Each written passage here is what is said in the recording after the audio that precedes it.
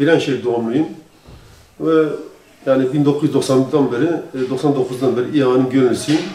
2010 yılında Mavi Marmara'yla Gazze'ye gidinceye kadar, Mavi Marmara'dan sonra Viranşehir temsilciliğim. Şu anda da Şanlıurfa temsilciliğinde lojistik görevine devam ediyorum. Ben yani Allah hidayet nasip ettikten sonra, yani askerden sonra diyeyim, daha önce de vardı elhamdülillah ama ondan sonra yani dünya gündemini, özellikle Orta Doğu gündemini çok merak eden bir şeyim vardı. Takip ederdim.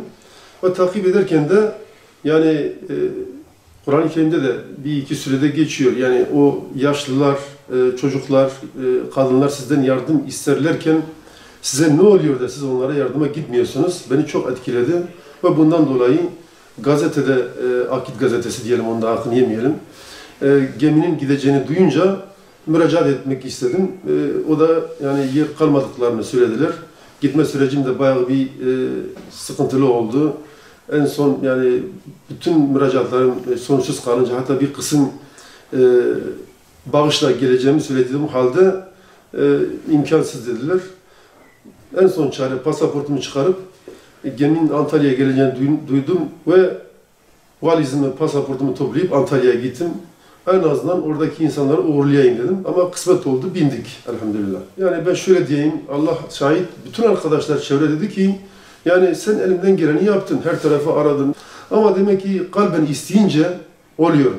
Orada 2-3 arkadaşın ciddi mazereti çıktı, onların taziyeleri falan oldu. Vazgeçtiler. Dolayısıyla 2-3 kişilik yer boşaldı.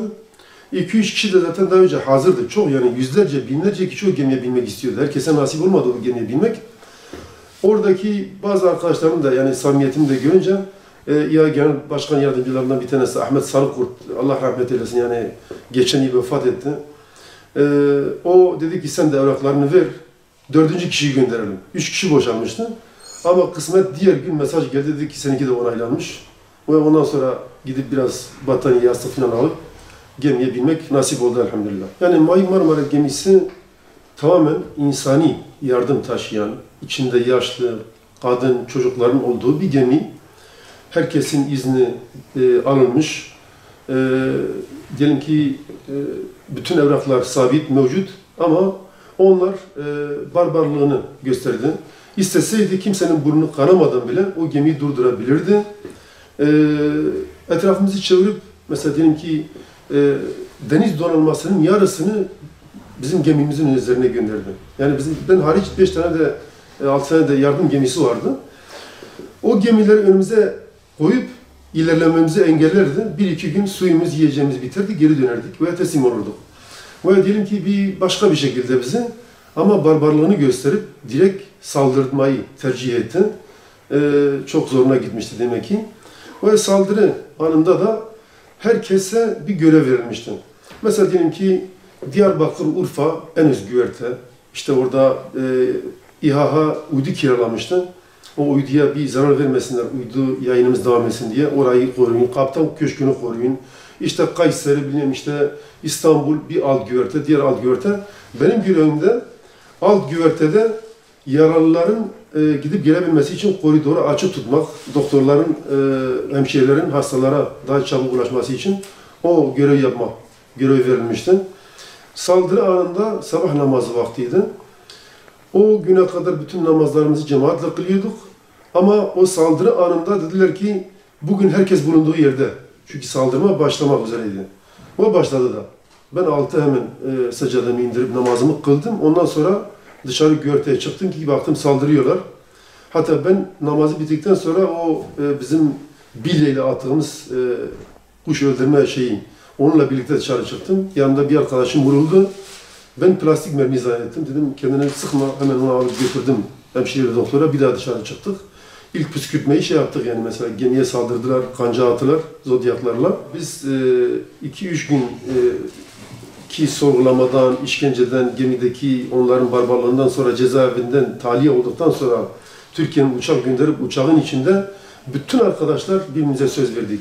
Biz seneye bir ay geleceğiz. Ve herkes gerçekten de %99'u sözünde durdu. Ben de pasaportum kaşelenlerdendi, yani bir daha 10 yıla kadar İsrail'e gelemeyeceksiniz diye Ben geldiğim gibi pasaportu değiştirdim. Tekrar müracaatlarımızı yaptık, isimlerimizi gönderdik. Hatta bu kez hedefimiz daha önceki ilk seferde 7 gemiydi. İkinci seferde hedef 50 gemiydi. Ve katılımcı da tabii haliyle daha fazla artacaktı. Ama Yunan alçağı zaten aç olduğu için önüne çok kemik attılar, affedersiniz. Onları orada bırakma, buraya kadar gelmesinler diye. O gerçekten de bırakmadı. Bazı gemilerin millerini kesti, mesela motorun milini kesti, engelledi, bir gemi kaçmaya çalıştı, yakaladı. Bırakmadı. Yani yine ikinci yıl kesin gitmek kararı aldık ve sözümüze durup pasaportlarımızı çıkarıp müracaatımızı da yaptık. O zaman kısmet olmadı. Şu anda da Mavi Marmara yoluna devam ediyor diyoruz. Yine çıkarsa yine hazırız. Yine gideriz inşallah. Kısmet olur. 10 şehidin 4 tanesiyle tanıştım. Bir tanesi İskenderunlu Cengiz Akyüz kardeşimiz. Onunla gemiye Antalya'da ilk binerken tanıştım, dedim yani ne tarafa geçeceğiz, işte bir bilgi almak istedim. O kardeşimiz sonra Gazze dönüşü İstanbul'da onun cenaze arabasına binmek nasip oldu, onun cenaze defini sırasında. Kardeşi İzmir'den gelmişti, sakallı, sünneti vardı. Dedi ki benim bu kardeşimle tanıştım, evet dedim tanıştım. Dedi ki 15 yaşından beri ağlayarak, secadesini ıslatarak ya Rabbi bana şehadet nasip et. Ben diyordum bu kardeşim İskenderun'da nasıl şehit olur? Allah ona orada şehit olmayı nasip etsin. Mesela bir diğeri Ali Haydar Bengi notlarına bakıyorlar. Diyor ki en büyük arzum şehadet. Furkan Doğan o gece, annesi diyor çok seviyordu babası, bizim buraya ziyarete geldi. Diyor ki ben şehadet ile annem arasında gidip geliyorum diye cebinden not çıkmış mesela. Bir diğeri mesela Ali Haydar Bengi, o Arap ülkelerinden gelen bayanlardan bazıları merdivende yüzleri peçeli kapalı olduğu halde Arapça, Ali Haydar'da Mısır Üniversitesi'ne yani Ezra Üniversitesi'ne olduğu için Arapça demişler ki inşallah şehit olacağız.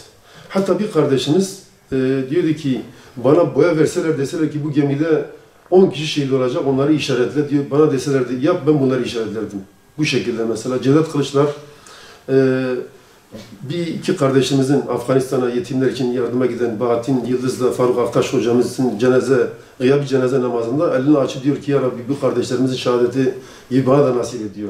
Yani hepsi hak etmişti bu şehadeti. Allah şehadetlerini kabul etsin. Biz de onların şefaatine mahrum etmesin inşallah. Bunu sürekli söylüyoruz. Şu anda mesela ben sosyal medya hesaplarıma da mesela diyelim ki WhatsApp durum, mesela diyelim ki Facebook'ta profil resmi filan hepsini Mavi Marmara 10 yaşında, Mavi Marmara yoluna devam ediyor. Yani Mavi Marmara gündemde kalması gereken bir olay, bir durum. Dünyadaki yani mücadele kıvılcımını başlatan bir gemiydi. Dünyanın çeşitli ülkelerinden, 37 ülkeden katılan insanlar vardı, gayrimüslimler vardı, papaz vardı, İsrailli bir milletvekili vardı, solcusu, ateisti bile vardı.